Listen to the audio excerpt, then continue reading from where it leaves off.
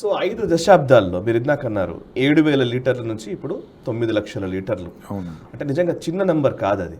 Even గుజరాత్లో అమూల్ గురించి ఎక్కువగా మాట్లాడుతూ ఉంటారు అందరూ.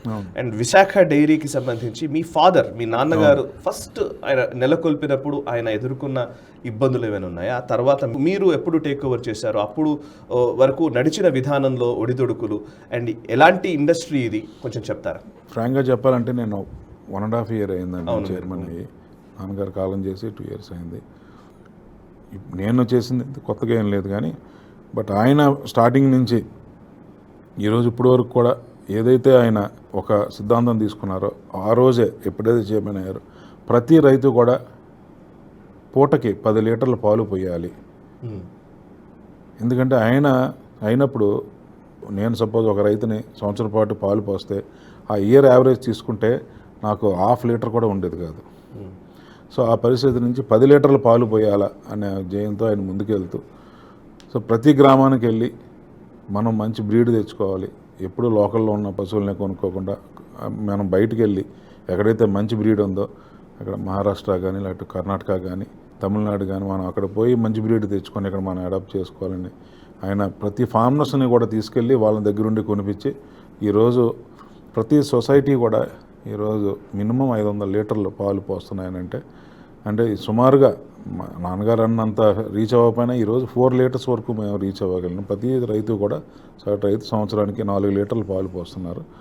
ఈరోజు అది మనం 10 లీటర్లు తీసుకెళ్ళగలిగితే ఈరోజు రైతు అన్నవాడు ఎక్కడికి కూడా ఇబ్బంది పడకుండా ఈరోజు ముఖ్యంగా ఉత్తరాంధ్రలో చూసుకుంటే వ్యవసాయం అన్నది రెండు, ఒకటి ప్యాడీ ఒకటి షుగర్ కేన్ ఒకటి. ఈ రెండు కూడా ఈరోజు అంత లాభసాటిగా లేవు.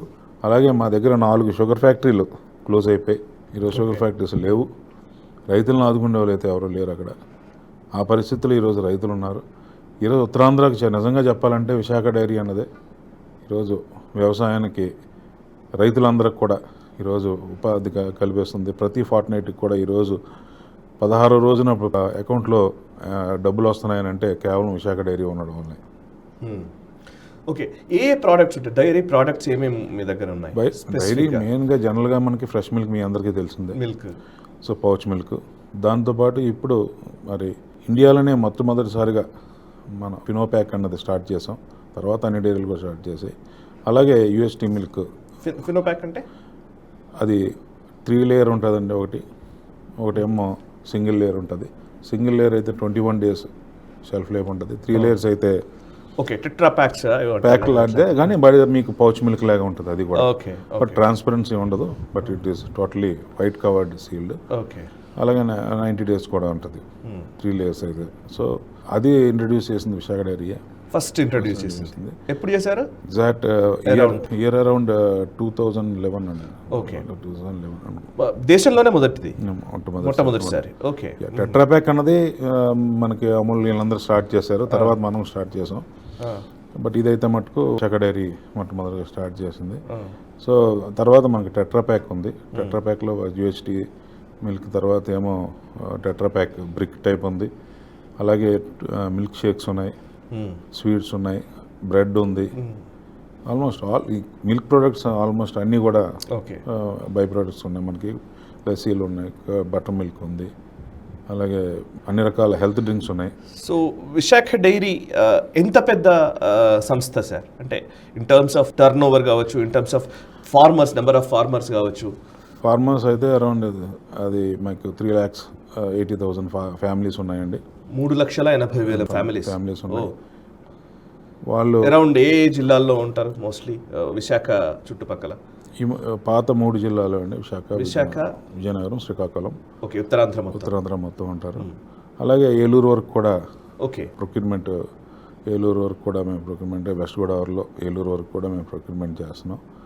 సో మాకు టర్న్ ఓవర్ వరకు వచ్చేసరికి అరౌండ్ 2,000 క్రోర్స్ వరకు ఈరోజు టర్న్ ఓవర్కి రీచ్ అయ్యాం. రానున్న కాలంలో ఇంకా మాకు అనేక బై ప్రొడక్ట్స్ ఇయర్లోనే కొద్ది పెరిగాయి కాబట్టి ఇంకా మా తాలూకా టర్న్ ఓవర్ కూడా పెరిగే అవకాశం చాలా ఎక్కువ ఉంది.